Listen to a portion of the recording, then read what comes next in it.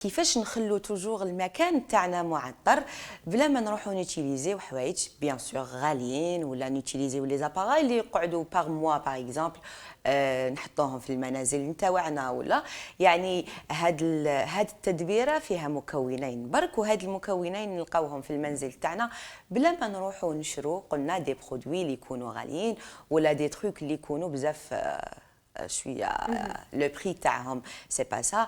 اي بان هاد التدبيره واش فيها مكونين. المكون الاول اللي هو الملح الخاشن اللي نعرفوا باللي يمتص الروائح، راح تاني كي ينحي لوميديتي الرطوبه. راح المكون الثاني اللي هو معطر المنازل اللي نستعملوه في حياتنا اليوميه. يعني واش نديروا؟ نحكموا الملح الخشن نديروه في نقولوا في بقال ولا في اسيات ولا، ونزيدوا فوقه معطر المنازل ونحطوه في ليكوان اللي نسحقوه حنا بايزون في الصالون في سال دو بان ايتو.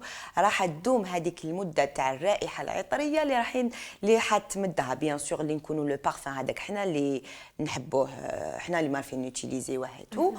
باش يفهمونا اكثر سانيبون مالفين سانيبون ولا اي يعني اي اي ماشي لازم غير سانيبون، يقدر يكون دوطخ ديزودوريزون اكزاكتومون. لا يحكم ليسونسيال برك تكون حاجه سائله من هذا المكون الثاني.